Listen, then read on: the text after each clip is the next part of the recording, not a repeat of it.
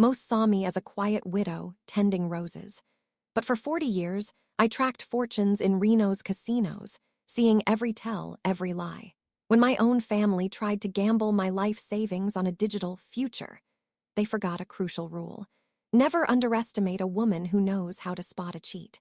My name is Lucinda, and for 40 years, my world was a universe of numbers, patterns, and the subtle tells of men betting more than they could afford to lose. I was a scorekeeper at one of the big casinos in Reno. Not a dealer, not a pit boss, but the woman in the back room who could track a high roller's wins, losses, and comps down to the last dime, all while spotting a doctored betting slip from 50 feet away. My late husband, Robert, used to say I had a built-in lie detector. Since he passed and I retired, I've preferred to keep that detector switched off. At 68, I craved the quiet hum of a predictable life in my small suburban house, the scent of the rose bushes Robert planted, and the familiar comfort of Sunday dinners with my only daughter, Chloe, and her husband, Devin. That peace, however, came at a price. Today was a perfect example. The scent of rosemary and garlic from the roasting chicken filled my kitchen, a recipe I'd perfected over decades. Chloe and Devin had arrived 30 minutes late, sweeping in with a gust of self-importance. "Mom, the traffic was just insane," Chloe said, kissing the air near my cheek before her eyes found her phone. Devin, already loosening his tie, clapped me on the shoulder. "Smells amazing, Luce. You're a lifesaver. We've been grinding all day on the new venture. It's all about disrupting the digital permanence space." I just smiled and nodded, ladling gravy over mashed potatoes. At the dinner table, as I always did, I listened. They didn't talk to me, but rather at me, their conversation a volley of incomprehensible jargon. Blockchain, minting NFTs, decentralized assets. Devin spoke with the feverish conviction of a man who believed he was the next Steve Jobs, and Chloe watched him with an adoring gaze that I hadn't seen her direct at anyone, including me, in years. "The legacy systems are dinosaurs, Mom," Chloe explained, noticing my blank expression. "Devin is building the future. It's complicated. You wouldn't really get it." A familiar, dull ache settled in my chest. I wasn't a fool, but they had a way of making me feel like one, a relic from an analog age. I spent my life reading people, but I chose to read my daughter's happiness as genuine and my son-in-law's ambition as harmless. So I just refilled their glasses of iced tea and said, "Well, it all sounds very impressive, dear." The quiet hum of my life shattered on a Wednesday night. There was no call, just a sharp knock on the door well after dark. It was Devin and Chloe, standing on my porch under the dim light, Devin clutching his sleek laptop like a briefcase. Chloe's smile was a little too bright, a little too brittle. "Surprise," she chirped, walking past me into the living room. "Devin has something incredible to show you." He didn't waste time with pleasantries. He connected his laptop to my television, and suddenly the screen was filled with a slick, animated logo. "Eterna Block," written in a futuristic font over a swirling constellation of blue hexagons. For the next 45 minutes, Devin paced in front of my TV, a low-budget messiah preaching a digital gospel. He spoke of digital souls and immutable legacies. Eterna Block, he explained, was a revolutionary platform that would use NFT technology to preserve a person's most precious memories forever on the blockchain. "Think about it, Luce," he said, his voice dropping to a conspiratorial whisper. "Your photos with Robert, the recordings of your parents' voices, even your last will and testament, not on some flimsy hard drive that can crash, not in a dusty photo album that can burn. We're talking about true permanence. We will mint your memories into a digital asset that will exist as long as the internet exists." He clicked to a slide, featuring a smiling, silver-haired couple looking at a tablet. It was so generic, so soulless, it felt like an insult.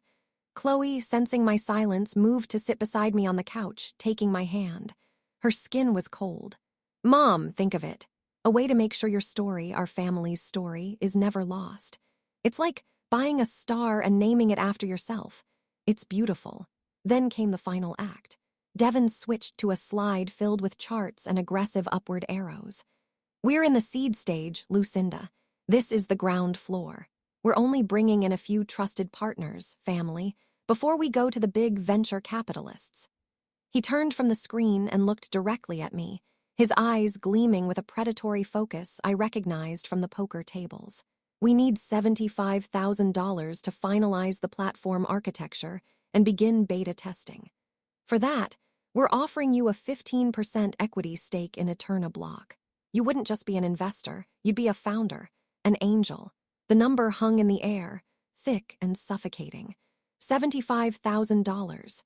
It was the bulk of the nest egg Robert and I had painstakingly built over a lifetime of careful saving and modest living. Chloe squeezed my hand tighter.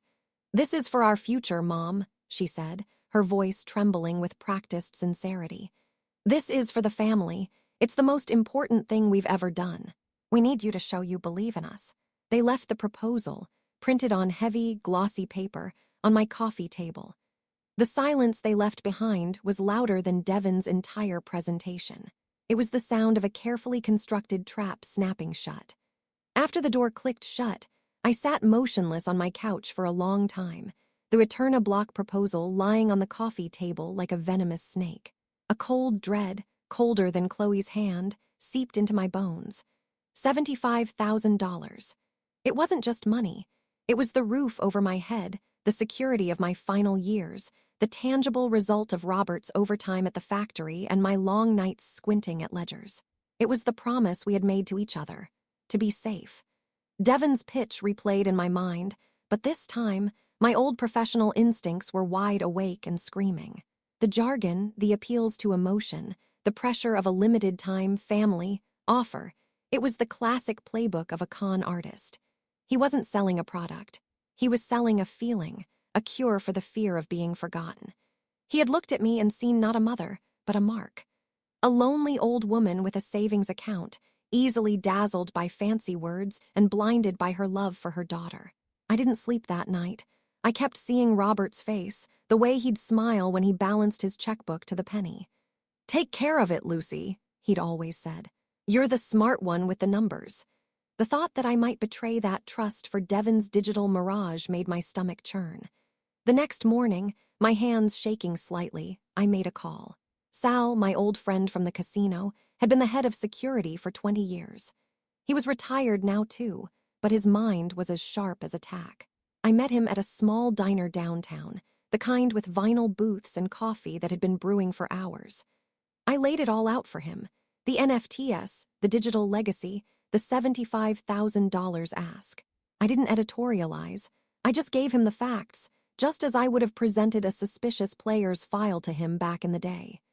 Sal listened patiently, stirring his coffee, his heavy brow furrowed in concentration. When I finished, he took a long sip and set his mug down with a soft thud. "Lucy," he said, his voice a low rumble, "he's selling you a fantasy on a platform that likely doesn't exist.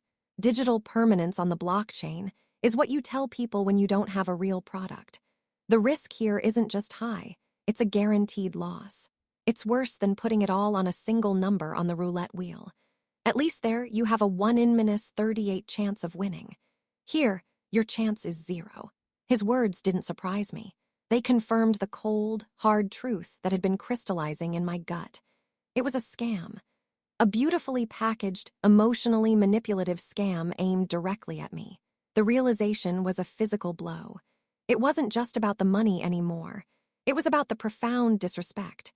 They saw me as a walking ATM, a sentimental old fool to be placated and then plundered. The hurt was sharp and deep, but beneath it, something else was stirring. A cold, quiet anger. The scorekeeper in me was waking up. I drove home from the diner with a clarity that felt like ice water in my veins. The grief was still there, a heavy stone in my chest, but the fog of confusion had lifted. My daughter and her husband had tried to play me. They had mistaken my love for weakness and my patience for ignorance. They saw an easy target. They had forgotten who I was. Back in my quiet house, I sat at the kitchen table where Robert and I used to plan our budgets. I could have just said no. A simple, firm no. But I knew what would follow. Chloe's tears, accusations of not supporting them, weeks of guilt trips and emotional blackmail. It would be a messy, painful battle that would solve nothing. Devon would just find another way, another angle, another pot of money to chase. And Chloe would continue to enable him, trapped in his orbit of ambition. No, a simple refusal wasn't enough. To protect myself, and to perhaps, just maybe, force Chloe to see the truth, I had to do more. I had to end the game itself. Devon saw me as a doddering old woman, lost in a world of high-tech wizardry. Fine, that would be my role. My strategy formed, not in a flash of inspiration, but with the slow, methodical precision of calculating odds. I wasn't just going to decline the offer. I was going to pull on the thread until the entire cheap suit unraveled. He thought he was the dealer, holding all the cards. I would be the quiet player at the table, the one nobody pays attention to, who watches every shuffle, every twitch, every bead of sweat. I would play the part of the credulous, easily impressed old lady, eager to get in on the next big thing. I would use his own arrogance and his condescension toward me as the lever. I would lure him in, make him feel completely in control, and let him overplay his hand until he showed me exactly what he was holding. The goal wasn't just to win the pot. It was to expose the cheat. 2 days later, I picked up the phone and dialed Devon's number. I pitched my voice a little higher, adding a tremor of geriatric excitement. "Devon, dear, it's Lucinda," I chirped. "I've been reading your beautiful proposal, and my head is just spinning with all these possibilities. I'm very, very interested. But it's all so technical for an old gal like me.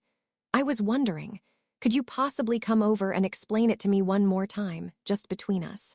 Slowly. The bait was taken so fast it was almost comical. "Of course, Luce. Absolutely. I'd be happy to," he gushed, his voice slick with triumph. "I'll be there this afternoon." I spent the next hour setting my stage. I baked a batch of Robert's favorite oatmeal raisin cookies, filling the house with a disarmingly wholesome aroma. I set out a pot of tea.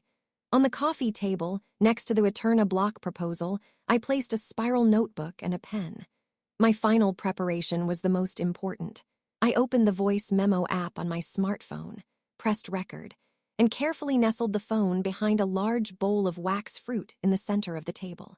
It had a clear line of sound to the armchair where Devon would sit.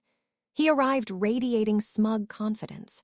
He'd swapped his tie for a turtleneck, the universal uniform of the self-styled genius. He settled into the armchair, and I fluttered around him, pouring his tea, offering him cookies, playing my part to perfection. "Now, Devon," I began, opening my notebook with a serious frown. "This blockchain thing, help me understand. Is it a physical vault somewhere like at a bank?" Devon chuckled, a patronizing, indulgent sound. "Oh, Luce, no. It's better than a physical vault. It's digital. It's everywhere and nowhere. It's completely secure because it's decentralized." I nodded slowly, as if processing a great truth. "Oh, I see. And what happens if, heaven forbid, your company goes out of business? Who takes care of my digital memories then? That's the beauty of it. Eterna block could disappear, and your assets would still exist on the chain. They're immutable." For the next hour, I fed him a series of carefully crafted, foolish questions. I asked about his partner, Marcus. "He's so young. Is his technology really reliable? Is it all legal?" This was the hook he couldn't resist. His ego, puffed up by my apparent adoration, took over completely. He leaned forward, his voice dropping as if sharing state secrets. "Marcus is a boy wonder, a real coding prodigy," he boasted. "And between you and me, he's found a brilliant way to structure our token offering that navigates a legal gray area. It lets us bypass all the expensive, time-wasting SEC regulations that stifle innovation." My pen scratched against the paper. "Oh my, that sounds clever. It's more than clever, it's genius," he preened. "And we're saving a fortune on development by using a modified open-source code. Why reinvent the wheel?" He then delivered the knockout blow, a piece of information so stupidly offered I almost felt a pang of pity for him. "Marcus even knows how to keep our operational costs rock bottom. Our main servers. They're hosted in a small data center in Eastern Europe. No questions asked, no regulations to worry about.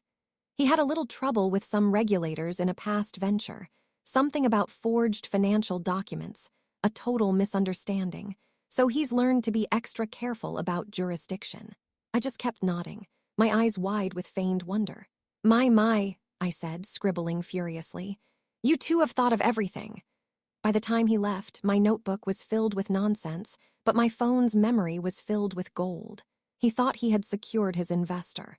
In reality, he had just handed me the entire case against him. The day after Devon's visit, I felt a calm I hadn't experienced in weeks. The anger and hurt had receded, replaced by a cold, clear sense of purpose. I spent the morning transcribing the audio file from my phone, typing out Devon's arrogant boasts, his casual admissions of skirting the law. I felt no vindication, only a profound sadness for my daughter. With the transcript complete, I drafted a concise, anonymous letter. I didn't add any emotional flair. I simply presented the facts as a concerned citizen who had overheard a troubling business pitch. I detailed everything. The name of the company, Eterna Block, the names of the principals, Devon and Marcus, their explicit strategy to avoid SEC registration, their use of unaudited code, the damning admission of Marcus's prior history with financial documents, and most crucially, the location of their unregulated servers. It was a neat, tidy package of corporate malfeasance. I didn't use my own computer. I drove to the main branch of the Washoe County Library downtown. I sat at a public terminal, the sticky keyboard and flickering monitor a world away from Devon's sleek laptop. I created a disposable email address. Then, I sent 2 emails. The first went to the SEC's official whistleblower portal. The second, attaching the audio file itself, went to a journalist I'd found online, a woman who had made a name for herself with dogged, in-depth investigations into cryptocurrency scams. Then I logged out, deleted the email account, and walked out of the library, leaving no trace. The waiting was the hardest part. For 3 weeks, life returned to a semblance of normality. Then, one Tuesday morning, the bomb went off. My phone buzzed with a news alert. The headline was stark. Reno-based tech startup Eterna Block raided by federal agents. Founders investigated for securities fraud. The dam broke that evening. My doorbell rang frantically. I opened it to find Devon and Chloe, their faces masks of panic and disbelief. Devon was ashen, his hair disheveled. Chloe's eyes were red-rimmed and wild. "Someone tipped them off. Someone stabbed us in the back," Devon stammered, pacing my living room like a caged animal. The news was on, a local reporter standing in front of the Eterna Block office, now sealed with yellow tape. Chloe collapsed onto the couch, sobbing. "Mom, everything is gone. They've frozen all the accounts. Devon could go to jail." She looked up at me, her face a mess of tears and desperation. "We need a lawyer, a good one, Mom, please. We need that money. We need you to help us." I looked at them, my daughter and her husband, utterly broken in the wreckage of their own making. The part of me that was a mother, the part that had soothed fevers and kissed scraped knees, felt a sharp, reflexive pang of pity. But the scorekeeper, the woman who had spent a lifetime watching people pay the price for their bad bets, remained unmoved. I calmly picked up the remote and turned off the television, silencing the reporter's voice.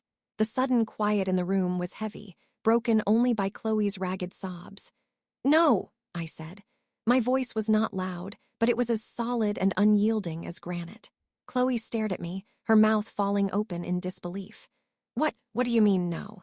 "I mean no," I repeated, looking directly into Devon's frantic eyes, then back to my daughter. "Not 1 cent of my money will go toward cleaning up this mess. That money is what your father and I built over 40 years of hard work. It was for my security. It was for a peaceful old age.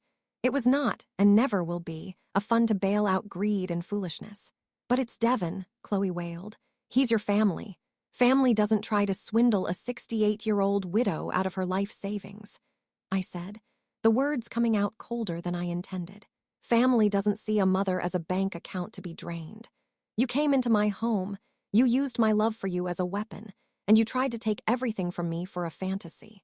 The consequences of that are yours to bear, not mine." Devon looked like he had been slapped. "Lucinda, how can you be so cruel?" "Cruel?" I let out a short, sharp laugh devoid of humor. "You want to talk about cruel? Cruel is plotting to steal from the person who raised the woman you claim to love.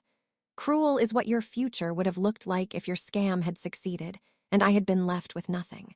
This isn't cruelty. This is a boundary.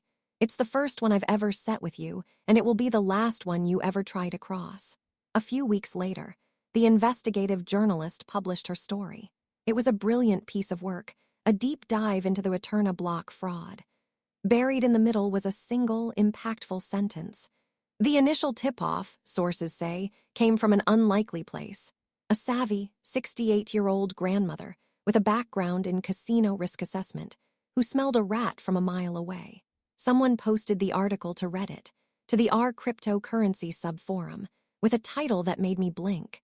How a 68-year-old former casino scorekeeper grandma single-handedly took down an NFT scam. The post went viral. My grandson, Chloe's nephew, showed it to me on his phone one afternoon. He scrolled through the comments. They called me a legend, a hero. They called me the blockchain Avenger grandma. I sat in my quiet backyard, the late afternoon sun warming my face. I looked at the rose bushes Robert had planted, now in full, glorious bloom. For the first time in years, the silence didn't feel lonely. It felt like peace. It felt like freedom. Reading the words of strangers who saw my value, who celebrated the very sharpness my own family had tried to exploit. A slow, genuine smile spread across my face. I had my money. I had my home. But what I had truly reclaimed was my dignity. And that, I realized, was priceless.